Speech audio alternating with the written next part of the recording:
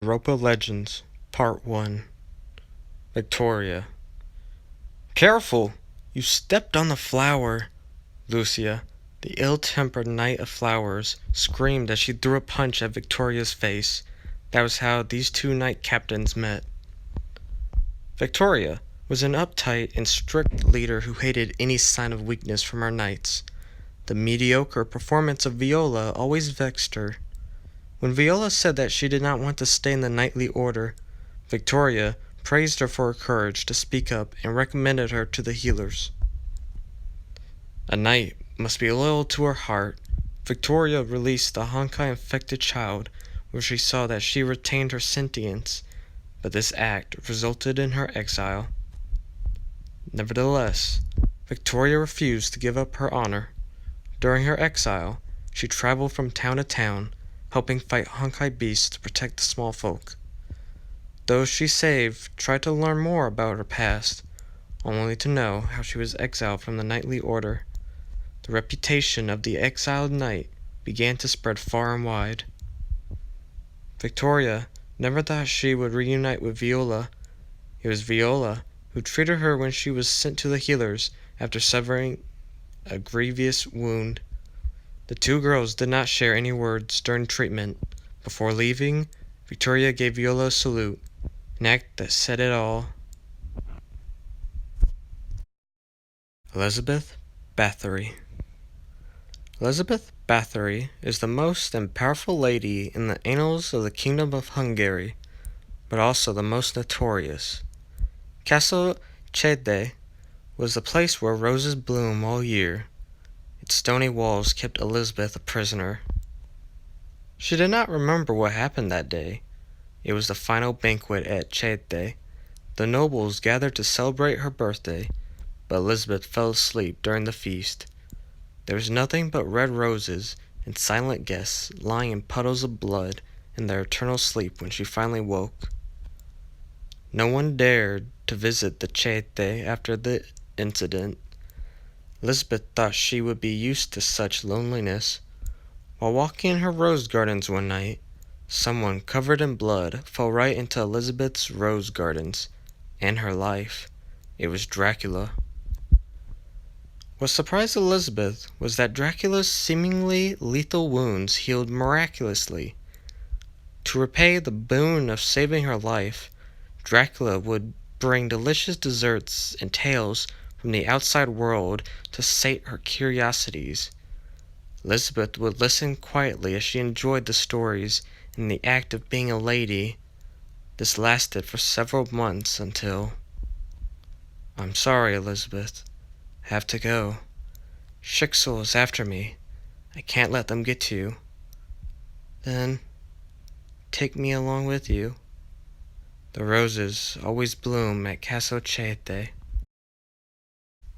Ekaterina.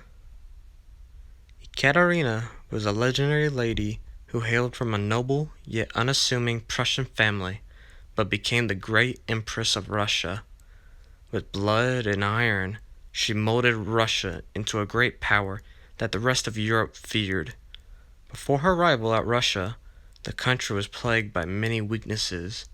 Its bureaucracy was corrupt, natural disasters struck often, and a mysterious horde of white-colored beasts devastated the northern villages. As the consort of the heir to the Russian throne, Ekaterina devoted herself to mastering the Russian language to become part of her adopted land. But this was the act that ignited her dormant passions. Ekaterina spent countless nights in the libraries of St. Petersburg to read through massive tomes and ancient scrolls. It was during these studies that she uncovered the Honkai, a supernatural phenomenon and humanity's greatest enemy. The aging, fragile parchment revealed to Ekaterina dark secrets from the past. An unimaginable power from eons past lurked in the unforgiving tundras north of the Ural Mountains. The gods placed a barrier here to contain the white horde that threatened to consume the southern lands. Ekaterina realized that the barrier may have failed at some point. The only hope for the empire was to unearth Solium weapons once wielded by ancient heroes of Rus who now rests in ice-covered ruins. Yet most people thought these discoveries to be preposterous. Ekaterina, on the other hand, did everything she could to see things through. She toiled restlessly and established a powerful clique loyal to her. She then forced her husband to abdicate and became the Empress of Russia. The empire was transformed into an effective war machine to stop the White Horde. Only scant records, rumors, and hearsay of the Empress' northern campaign survive to this day. But the Empress came back with carapaces, wing shells, fangs, and other monstrous body parts, as well as over 100 pieces of weapons later known as Perun's arsenal. These weapons were reputed to be crafted by the gods. The campaign changed Ekaterina. She became cruel and avaricious. People guessed that something in the war changed her. Siren. Strangers arrived at my village. They wore strange uniforms and masks. They searched every house. They claimed to be doctors from the city and examined all of us. I was afraid. They took away many people. I was afraid they would take me as well. A tower of steel was suddenly erected in the tundra wastelands of Siberia in the late 20th century. It was Babylon Labs, the largest Honkai energy research facility in the world, outside Shixel HQ. Everyone had high hopes in it. A strange disease then began to afflict towns and villages in Siberia. The doctors took me to the truck. There were others. Aurora, Agata, and Bella. Everyone's here, but I'm still scared. I want to go home. The doctors scare me. This strange place scares me.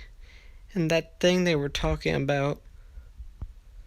Astonishing findings.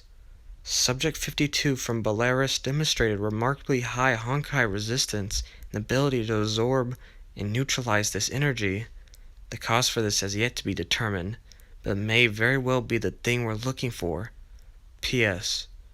More subjects needed at the lab. Please step up recruitment. Excerpts from Babylon Labs Report 20000112. Vora! Agata! Bella! Everyone's gone. I'm next. God! Where are you? I'm scared. Mom! I've been a good girl. I did nothing wrong at all. Please save us. God, save me.